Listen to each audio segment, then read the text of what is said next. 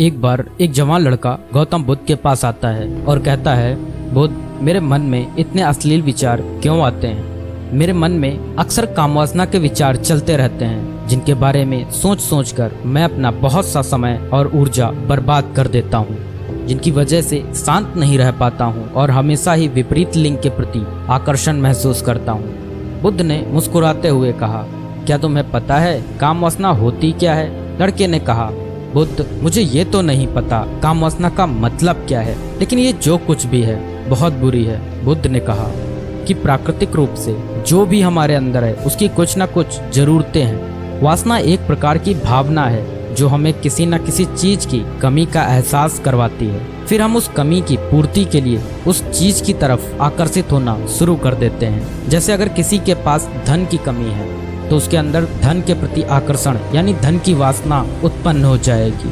तो वासना कुछ और नहीं बल्कि एक प्रकार की कमी, एक प्रकार की जरूरत का एहसास है।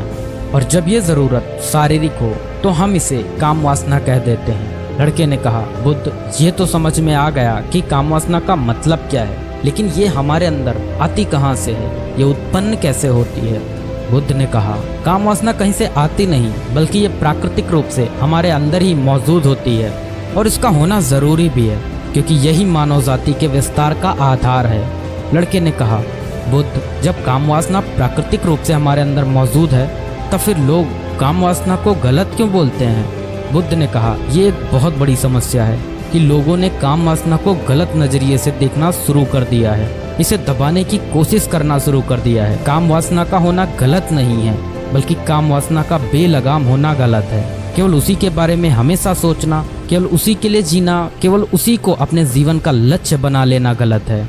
बुद्ध ने उस लड़के से पूछा, तुम्हें क्या लगता है, क्या जानवरों में भी काम वासना होती है? लड़के ने कहा, हाँ बुद्ध, जरूर होती है, क्योंकि आखिर जानवरों को भी तो अपनी पीढ़ी आगे बढ़ानी है। बुद्ध ने कहा, फिर हम जानवरों की काम वासना को गलत क्यों नहीं कहते?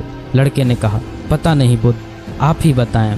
बुद्ध ने कहा, क्योंकि जानवर अपनी काम वासना का उपयोग सिर्फ संतति उत्पन्न करने के लिए करते हैं, उससे खुशी प्राप्त करने के लिए नहीं और ना ही सुख भोगने के इरादे से, क्योंकि जानवरों को प्रकृति ने इतनी सोचने समझने की क्षमता ही नहीं दी कि वह अपनी काम वासना को अपने क्षणिक सुख का आधार बना सके, जबकि हम इंसान अपनी सोचने समझने की क्षमता का दुरुपयोग करके प्रकृति में पाई जाने वाली हर एक चीज का अपने सुख और आनंद करने का प्रयास करते हैं। हम इंसानों ने भी काम वासना के साथ यही किया है, इसे अपने आनंद और भोग का आधार बना लिया है। जिस भावना को प्रकृति ने मानव जाति का अस्तित्व बनाए रखने के लिए हमारे अंदर डाला था, उसे हमने जीवन का सर्वोपरि लक्ष्य बना रखा है और इंसानी काम वासना का ये बेलगाम होना ही उसके दुखों का कारण है। लड़के ने कहा, ये काम वासना हावी होती क्यों है? इसके बेलगाम होने का कारण क्या है? बुद्ध ने कहा, काम वासना के बेलगाम होने के मुख्य 4 कारण हैं, जिसमें से पहला कारण है जीवन में किसी बड़े उद्देश्य का ना होना। बुद्ध ने उस लड़के से पूछा, क्या जब तुम किसी काम में व्यस्त होते हो तब भी तुम्हारे दिमाग में अश्लील विचार आते हैं?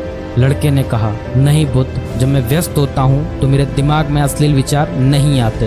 बुद्ध ने कहा, हमारा दिमाग एक बार में सिर्फ एक ही चीज के बारे में सोच सकता है, इसलिए जब हमारे दिमाग में कोई दूसरे विचार चल रहे होंगे तो अश्लील विचार आ ही नहीं सकते। अगर हमारे जीवन में कोई बड़ा और स्पष्ट लक्ष्य है और अगर हम उस स्पष्ट लक्ष्य के प्रति पूरी तरह से समर्पित हैं तो हमारे पास कभी इतना समय ही नहीं होगा कि ये फालतू विचार हमारे मन में घर कर सकें। और अगर ऐसे विचार उठते भी हैं तो हमारे मजबूत लक्ष्य के विचार इन्हें आसानी से हमारे मन से अलग कर देंगे।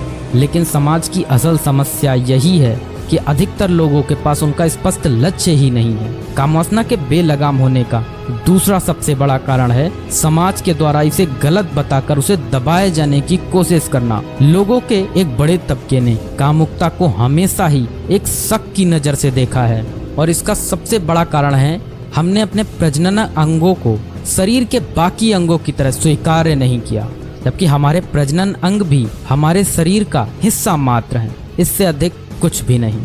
आगे बुद्ध ने कहा, इंसानों में कामुकता के हावी होने का तीसरा कारण है हमारा अपने विचारों के प्रति जागरूक न होना। हमारे मन में कैसे विचार चल रहे हैं हम इस पर कभी ध्यान ही नहीं देते। हमारे मन में उठने वाले विचारों के बारे में एक अनोखी बात यह है कि जब हम किसी एक चीज के बारे में विचार करते हैं तो हमारा मन उससे संबंधित और भी विचार हमारे सामने रखना शुरू कर देता है और फिर ऐसे ही हमारे मन में विचारों की एक श्रृंखला बन जाती है जिस पर हम उलझ कर रह जाते हैं। ठीक ऐसा ही होता है अश्लील विचारों के साथ। हमने एक बार किसी को देखकर अपने मन में एक अश्लील विचार पैदा किया, फिर हमारा मन अपने आप ही इन विचारों की श्रृंखला बना देता है जिनके बारे में सोच सोच कर हम अपनी बहुत सी ऊर्जा और समय बर्बाद कर देते हैं। इसलिए पूरी जागरूकता के साथ अपने अंदर उठने वाले विचारों पर ध्यान देना जरूरी है।